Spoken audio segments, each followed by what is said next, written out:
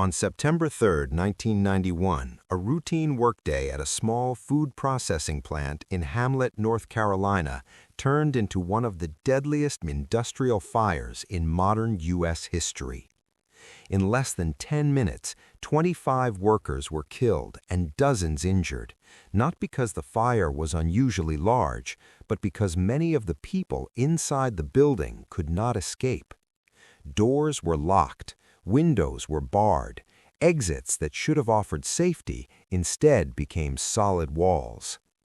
The facility was the Imperial Food Products Chicken Processing Plant, a low-slung industrial building that employed mostly low-wage workers, many of them women and immigrants. The plant processed chicken patties and nuggets, operating with tight margins and little tolerance for downtime. Management culture emphasized control and loss prevention, and over time, that mindset shaped the physical environment of the factory in ways that would prove fatal. Shortly after 8 a.m., a hydraulic line servicing a piece of machinery ruptured, spraying flammable fluid onto a nearby gas-fired fryer. The fluid ignited instantly.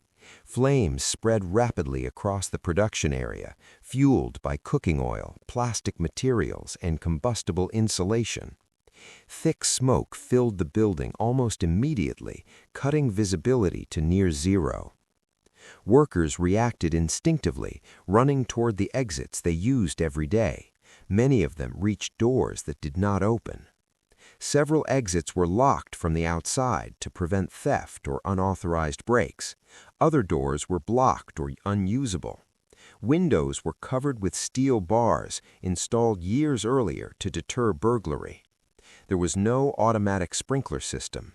Fire alarms were minimal. Emergency lighting was inadequate. In some sections of the plant, workers had never been trained on evacuation procedures. Those closest to the fire escaped within seconds. Others, trapped deeper inside, were forced to turn back as heat and smoke intensified. Some tried to break windows but were stopped by the bars. Others searched for exits they believed existed but had never been clearly marked. The fire department arrived quickly, but by the time firefighters forced their way inside, many workers had already succumbed to smoke inhalation. The entire incident, from ignition to lethal conditions, unfolded in under 10 minutes. The shock rippled far beyond Hamlet, a small town of about 6,000 people. Nearly everyone knew someone who worked at the plant. Families gathered outside, waiting for news, watching ambulances leave one after another. What they learned over the following days only deepened the outrage. Investigators discovered that Imperial Food Products had never undergone a proper safety inspection since opening in 1980. Due to jurisdictional gaps between state and federal agencies, the plant had fallen through the cracks. Local fire inspectors had no authority to conduct regular inspections. Occupational safety regulators had not visited the site. Basic violations, locked exits, barred windows, lack of sprinklers, had gone unchallenged for over a decade. Former employees confirmed that locked doors were standard practice. Management feared theft more than fire. Workers accepted the conditions because jobs were scarce and complaints risked termination.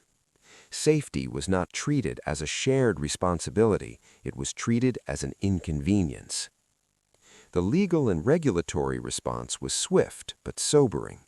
The plant's owner, Emmett Rowe, was charged and later pleaded guilty to involuntary manslaughter, receiving a prison sentence. The company was shut down permanently. Lawsuits followed, resulting in financial settlements for victims' families, though no amount of compensation could undo the loss. At the national level, the fire triggered a wave of reforms. North Carolina overhauled its inspection system, ensuring that industrial facilities could no longer operate without regular fire safety reviews. Federal agencies strengthened coordination to prevent similar gaps.